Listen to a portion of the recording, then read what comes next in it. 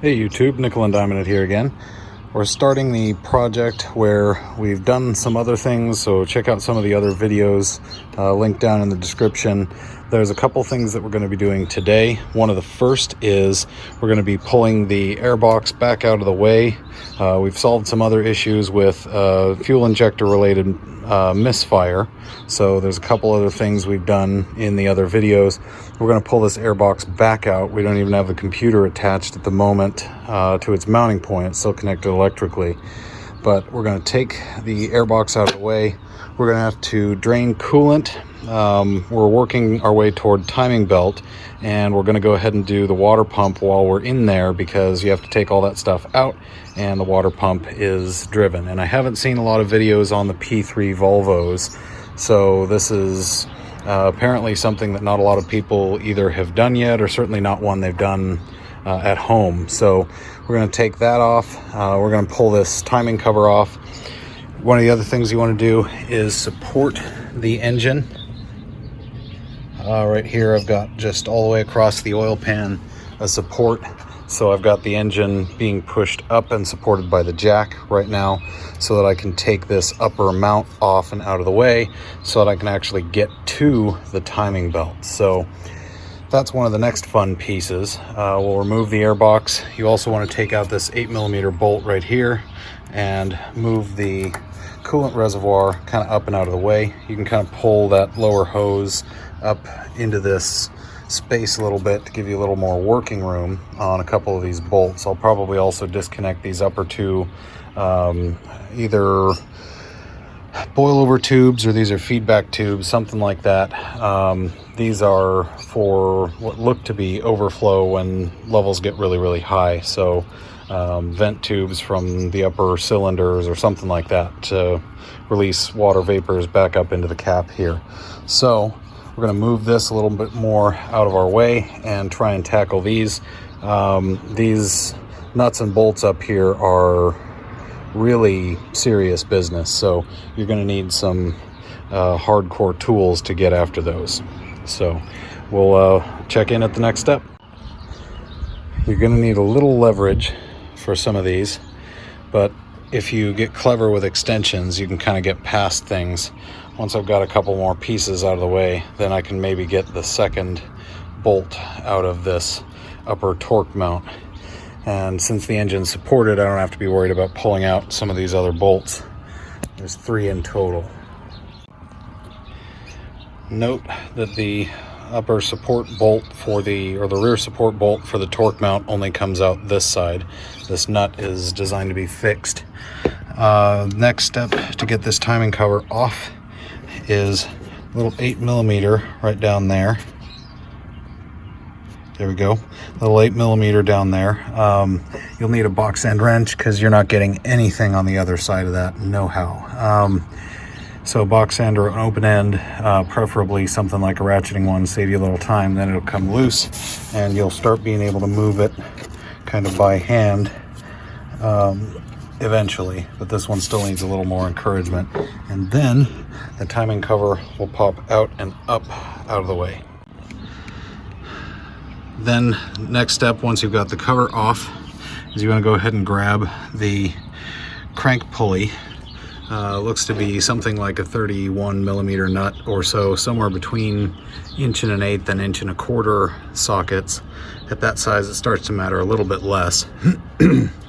You want to turn the crank and put this partial top cover back on, because you have a timing mark here, and you want to make sure that that's lining up with your marks on the pulley on both of them. So they look a little bit different in this one, but they're both lined up. Good enough for what I'm wanting to do. You want to make sure that you aren't having these move and shift with respect to each other when you go to actually replace the belt itself. So it's important to start them at the right point, and then if you absolutely have to, you can grab these guys with large hex key, or not a hex key, but a large, what is this, a T35 or a T40 or something, and you can adjust the cams slightly to make sure that they're the same relative to each other. So I'm also going to mark the number of teeth in between. That way I can transfer the mark over onto the new belt and keep things a little simple. for reference, including the one that's in this notch here where the timing mark is, it's 18 teeth to the one right here, just as the timing marks start. Just to the other side is 18 teeth in between. Once you've used your friend the assault ratchet, linked in the description below, to get off the nut, which happens to be 1 3/16 inch socket. That's a 1 3/16 inch socket exactly, which you'll no doubt have to go to the store and get specially, because why would you have all the tools you need to begin with? Then you take out the 4 10mm bolts. You want to make sure to check again once everything's broken loose that your timing marks line up. These are going to be about level, just about. So that's going to give you where you need as your starting point. And then this comes off pretty easily, the whole harmonic damper. So you can set this out of your way and start working on the next pieces, which are actually getting the timing belt out. So the tensioner you want to pay careful attention to. This is also kind of for my reference, where the tensioner is actually clocked. So you have two different pieces to it, one of which is a hex key. So I'm going to go grab the size hex key that takes. It looks like it's maybe a 6mm hex or thereabout. So I'm going to grab the hex key and then get a socket on the other side, and that should give me the ability to get a sense for how much tension is being cranked up on the tensioner when it's actually torqued down. So then we'll look at the other pieces mechanically.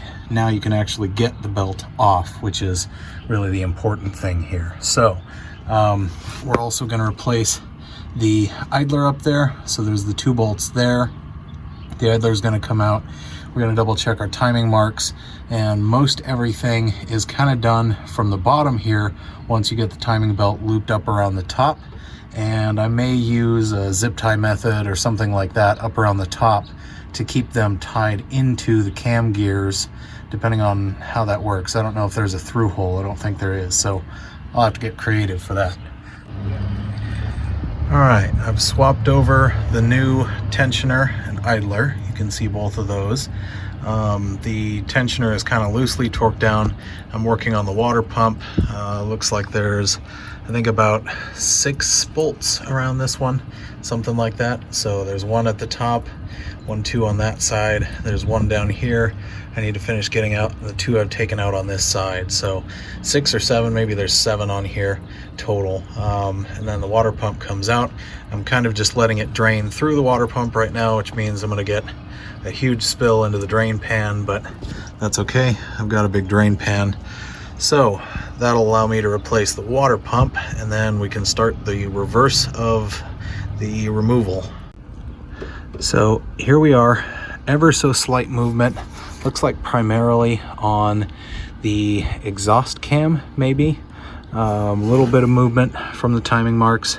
Intake cam here is still pretty much dead on, so there's enough room that I think I can get the zip tie up through the underside, clamp down the belt, and make sure there's 18 teeth, just like what I counted in the previous video.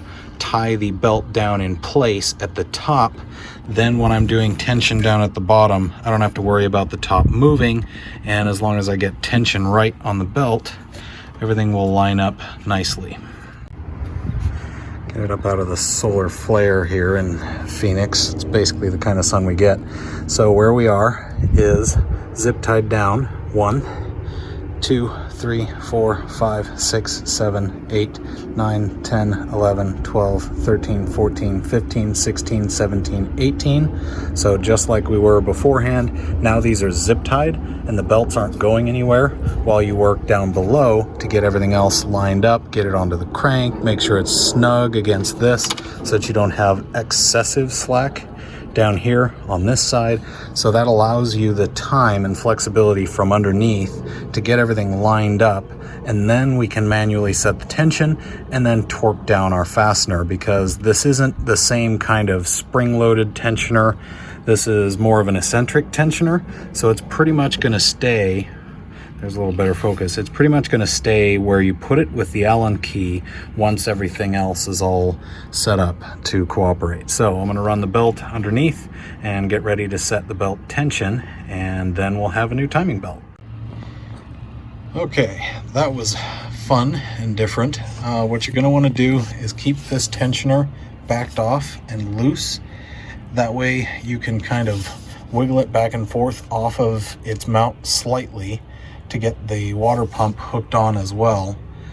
Then you want to make sure that it's all snaked around. It kind of will go into place taut only in really one position from what I've found. So you want to make sure that you start from this side as taut as you can keep it, and then it'll kind of lock into the crank. The crank hasn't moved because it takes a lot more effort than just pulling on the belt one side or the other. And you'll want to have this in sort of the upright position as you're wiggling back and forth. You'll want to already have the teeth into the water pump, because that's going to turn and adjust when you set the tension here. So I'm about ready to set the tension. Next step, don't forget to cut your zip ties and put the crank pulley back on. You can see down here, and get your socket again and crank the engine over a full rotation by hand to make sure nothing changed and there's no physical interference, like no stopping where for whatever reason you got the cams 180 degrees out or something, because this is an interference motor apparently, and so you can do major damage. So be careful. So I've gone one full rotation, timing mark to timing mark, and that looks exactly the same place as it was. This one's maybe just actually a little bit ahead. When you push down and flex it, you change it a little bit, but I'm not even so much as one tooth off on that back timing mark, so that's got to be spot on right where it needs to be. So there's a little bit of tension now between everything. Everything's locked down. This has the same slack on that side down below. Has the same slack that it did originally before I took everything off.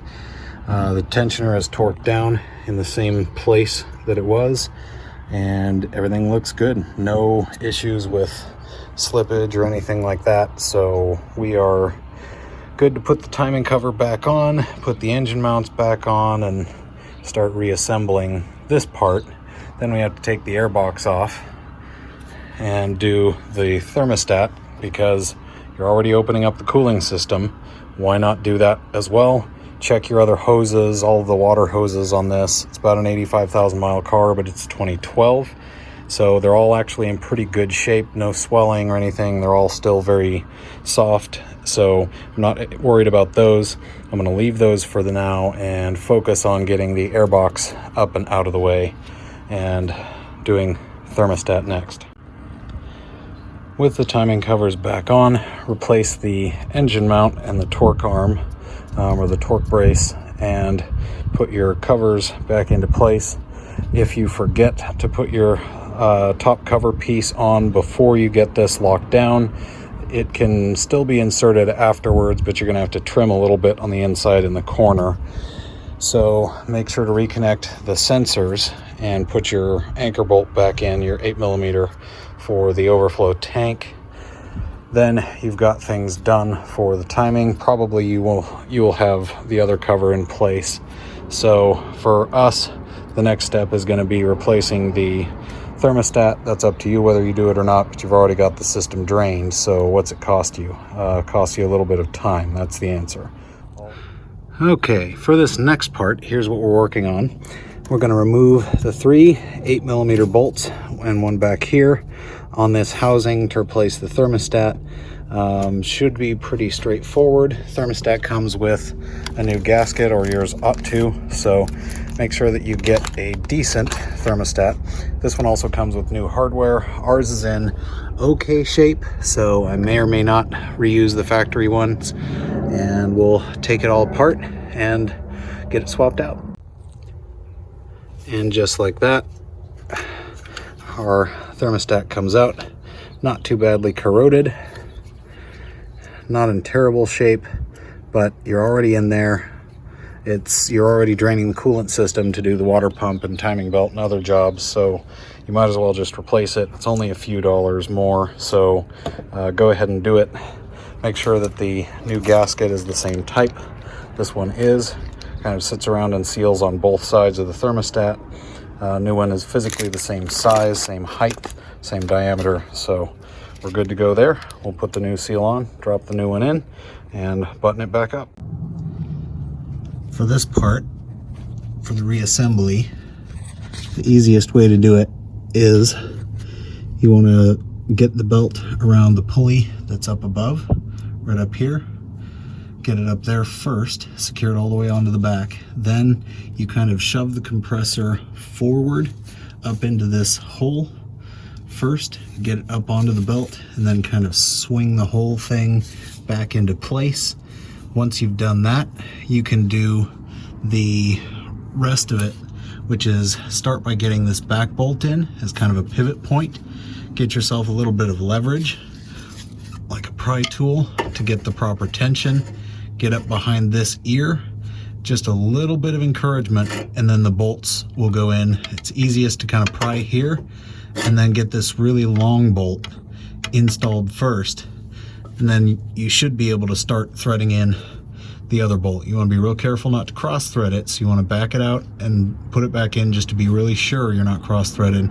Then you can tighten everything up, and even the holes for the pin that this sits on, the dowel, is tapered, so as soon as you snug this down, it'll self-center, and then everything is secured, and you've replaced the AC belt. So now you can go back and do all of the other belts you're working on. The easiest way I've found to get the serpentine belt back on is to get everything set up above. Get about a 3-inch extension with your T5 Torx into the tensioner, then set everything else up. They made a nice taper on this front of the crank damper, and what that means is you can hold with one hand while everything else is lined up on all the other pulleys, get it all set up on top, and then start working the belt onto the crank dampener while you're holding tension with the other hand. That's going to be a much easier way to go about this than trying to do stuff from the top. So take advantage of that nice taper damper. That's a much easier way to do it than a lot of the other options I've seen. One of the other steps that we need to take in this process is changing the oil. These caps and various cap types for all of these European style cartridge filters can be a little bit of a pain. So one of the tools I bought recently was one of these. I'll have a description link below for another one of that type. You want to get yourself one of these to save yourself the headache, because you can get it broken loose from the last time a gorilla used a 3/4 drive socket on this thing and got it to be really super tight. So get yourself a chain ratchet, and that will allow you to get these off a lot more easily. With everything reassembled, I'm keeping a careful eye on the water level, but it sounds like everything is quite a bit happier, especially with the clean oil. So I'm going to keep an eye on this, and I'm checking the tailpipe because I want to see at the tailpipe. It looks like it could still be running a little rich, but I don't hear like it doesn't sound like it's running rich, and I'm not seeing any new black spots forming, I don't think. So it may still be running just a little rich, but it is running, and we're just going to keep an eye on temperatures and this water level. Looks like it's maybe starting to stabilize a little bit. So I might add a little more and then cap it and give the system some time to warm up, come up to operating temperature, burp the coolant.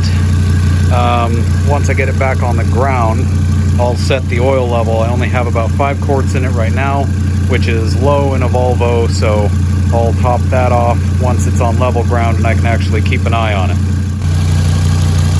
Here you can see it sporting its fancy new timing belt, and with the new oil, topped off power steering fluid, watching the cooling system to get it to burp. Sounds much happier now.